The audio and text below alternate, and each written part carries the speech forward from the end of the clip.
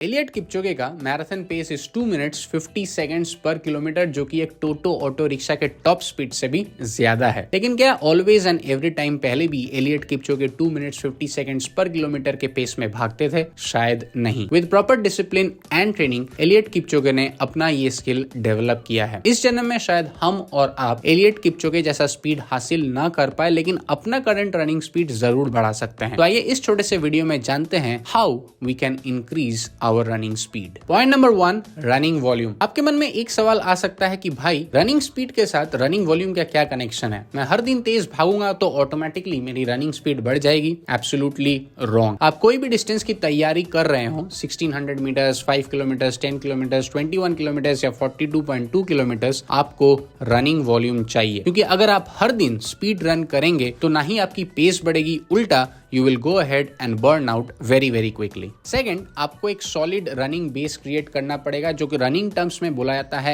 aerobic base, ताकि आपकी body उतनी distance cover कर पाए without going ahead and breaking down. जैसा आपका running distance का target, उसी हिसाब से आपको अपना running volume choose करना पड़ेगा, mostly by going ahead and doing easy runs, जो कि आपके zone 2 heart rate को target करेगा। zone 2 heart rate में your body primarily uses fat as a source of fuel, जो बाय द वे हम लोग के बॉडी में अनलिमिटेड सप्लाई में है। इसीलिए रनिंग कम्युनिटी में बोला जाता है get slow to run faster. जैसे जैसे आपकी जोन 2 या एरोबिक कैपेसिटी बढ़ती जाएगी, आप ऑटोमेटिकली देखेंगे कि आप फास्टर एंड फास्टर बनते जा रहे हैं वीक आफ्टर वीक। लेकिन as usual take it very very slowly. Every week अपने रनिंग वॉल्यूम को 10 मैक्सिमम 20% तक बढ़ाइए। फॉर एग्जाम्पल, सपोज ये वीक आपका एंटायर रनिंग वॉल्यूम है 10 किलोमीटर्स, तो नेक्स्ट वीक उसे मैक्सिमम 11 to 12 किलोमीटर्स तक लेके जाइए ऑन द एंटायर वीक। इससे नहीं आपको जो इंटरेस्ट है वो बना रहेगा, आपकी बॉडी अडेप्ट कर पाएगी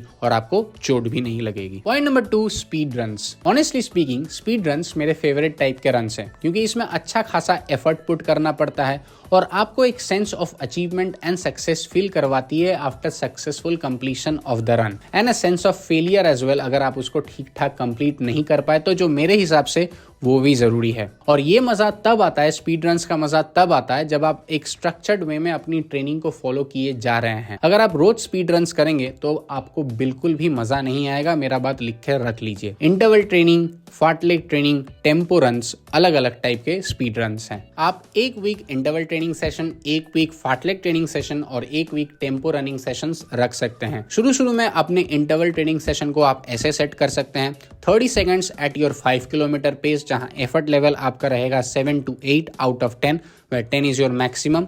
30 seconds of rest, 4 to 5 sets. Tempo running और एक ग्रेट मेथड है to increase your running speed. अच्छा, यहाँ मैं एक चीज बता देता हूँ, अगर आपको नहीं पता है कि आपका 5 किलोमीटर, 10 किलोमीटर, 21 किलोमीटर का रनिंग पेस क्या है, तो आप पेस से ज्यादा एफर्ट पे ध्यान दीजिए। फॉर एग्जाम्पल, बेसिकली 5 किलोमीटर का एफर्ट लेवल रहता है 7 to 8 out of 10, 10 किलोमीटर का रहता है 6.5 to 7 out of 10, और हाफ मैराथन का रहता है 5.5 to 6.5 आउट ऑफ 10। और ये ख्याल में रख लीजिए कि ये आपका एफर्ट है, not anybody's else. For example, मेरा 5.5 6.5 का जो एफर्ट लेवल है, उसमें जो मैं रनिंग स्पीड में दौड़ता हूँ, शायद आपसे थोड़ा डिफरेंट हो सकता है। तो ऑलवेज रिमेंबर कि वो आपका पर्सनल इंडिविजुअल एफर्ट है, not anybody else's. Tempo runs बीच में गिरता है somewhere between your 10 kilometre pace and your half marathon pace. Tempo running speed में आप कंफर्टेबली अनकंफर्टेबल फील करेंगे, और शुरू में आप अपने टेम्पो रन्स को ऐसे रख सकते हैं। For example,